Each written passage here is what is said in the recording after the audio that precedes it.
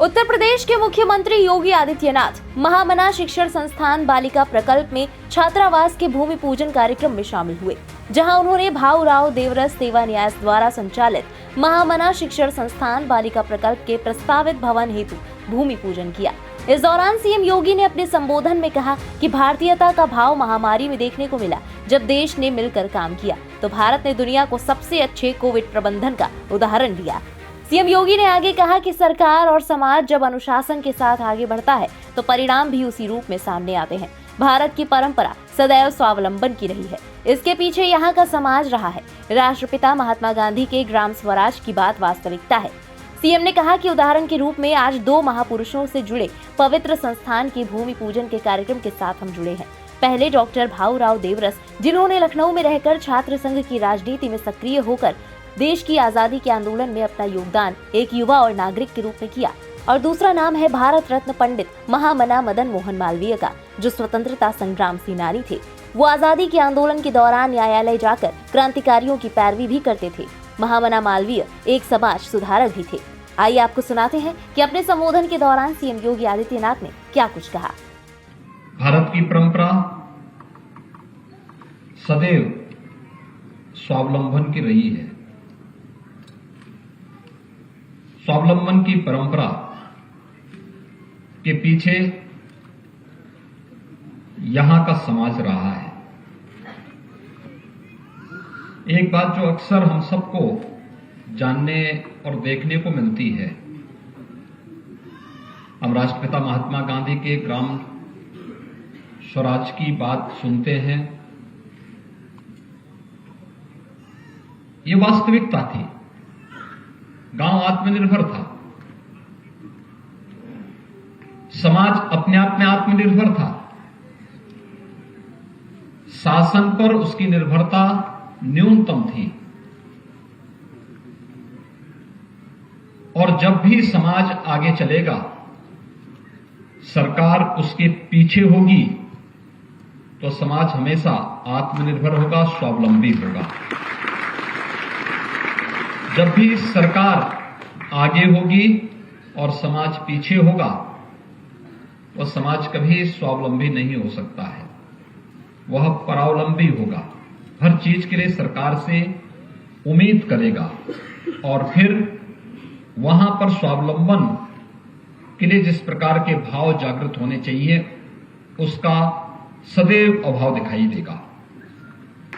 ये भारतीयता का एहसास इस सदी की सबसे बड़ी महामारी के दौरान भी देखने को मिली थी। जब आपने देखा होगा कि इतनी बड़ी आबादी,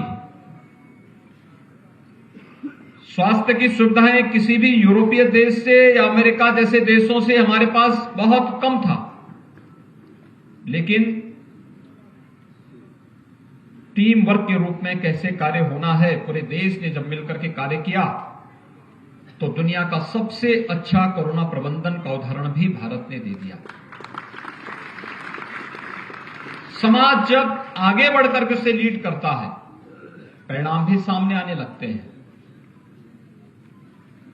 सरकार के साथ समाज भी जब उस अनुशासन के साथ आगे बढ़ता है, तो परिणाम भी उसी रूप में हम सबके सामने देखने को मिलते हैं। बहुत सारे उदाहरण हमारे सामने हैं, जहां पर समाज जब भी आगे बढ़ा है, परिणाम हम सबके सामने आए हैं।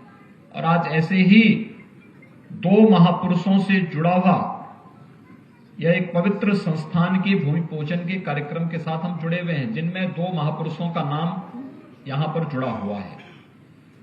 एक है सरदेव भाऊराव देवरस जी का,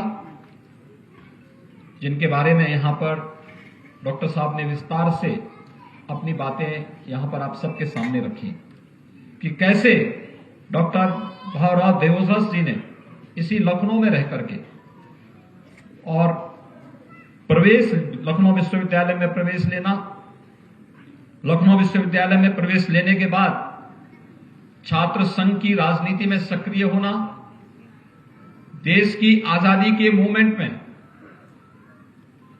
एक नागरिक होने के नाते, एक युवा होने के नाते क्या भूमिका होनी चाहिए, उन भूमिकाओं के साथ सक्रिय रूप से जुड़ना और छात्र संघ की गतिविधियों में भाग लेने के उपरांत जब अपने शिक्षण कार्य को पूरा करते हैं तो उसके उपरांत अपने आप को समाज के लिए समर्पित करके समाज के उन विभिन्न कार्यक्रमों के साथ जुड़ना जो राष्ट्र निर्माण के लिए आजादी के पूर्व जो एक रूपरेखा तैयार होनी चाहिए थी, उस कार्यक्रम के साथ जुड़े रहे।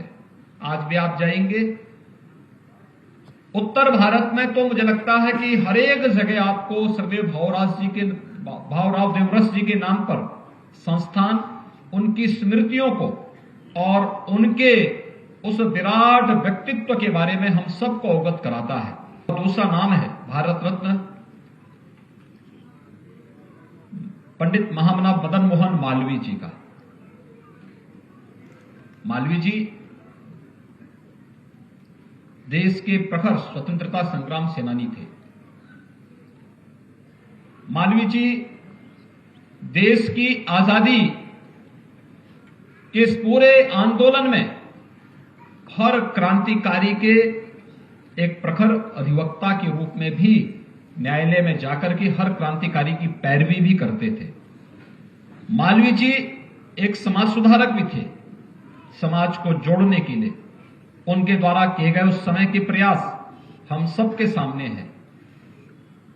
बालिकाएं जो भी इस प्रकल्प के साथ जुड़ी हैं, जो एक किराए के भवन में रह करके पारिवारिक आर्थिक परिस्थितियों के बावजूद यह न्यास उन बालिकाओं के उत्तम पठन पाठन के लिए एक मंच दे रहा है, बिना भेदभाव के उन्हें आगे बढ़ाने का कार्य कर रहा है, बालिका शिक्षा को प्रोत्साहित कर रही है और उत्कृष्ट शिक्षा उन्हें प्राप्त हो सके, किसी भी प्रकार की आर्थिक बंधन उनके मार्ग में बाधा न बने, यह कार्यक्रम भी यहां पे चलाया जा रहा है। और उनके लिए बनने वाला यह छात्रावास और इसके उपरांत बनने वाला जो शिक्षण केंद्र होगा वो अपने आप में एक अभिनंदनीय प्रयास है।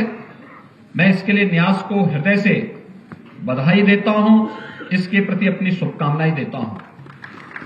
भाइयों बहनों, केंद्र और राज्य सरकार ने एक ऐसी स्कीम प्रारंभ की है जो छात्र छात्राओं को आगे बढ़ाने में एक बड़ी मदद कर सकता है, उसे आगे बढ़ाने का कार्य कर सकता है।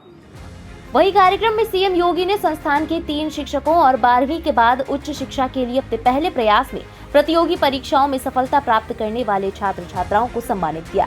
इस दौरान सीएम योगी ने शिक्षकों को शॉल और प्रशस्ति पत्र प्रदान किए, वहीं छात्र छात्राओं को मेडल पहनाया। उन्होंने महामना पंडित मदन मोहन मालवीय भारतीयता के प्रतीक पुरुष स्मारिका का विमोचन भी किया। महामना मदन मोहन मालवीय के जीवन पर आधारित इस स्मारिका में देश के मूर्धन्य विद्वानों के लेख हैं। न्यास की अर्धवार्षिक पत्रिका सेवा चेतना का भी सीएम योगी ने विमोचन किया। ब्यूरो रिपोर्ट, इंडिया पब्लिक खबर। इसी के साथ इस खबर में फिलहाल इतना ही। देश और दुनिया की बाकी बड़ी और अहम खबरों के लिए सब्सक्राइब करें इंडिया पब्लिक खबर के YouTube चैनल को और बेल आइकन दबाना बिल्कुल न भूलें।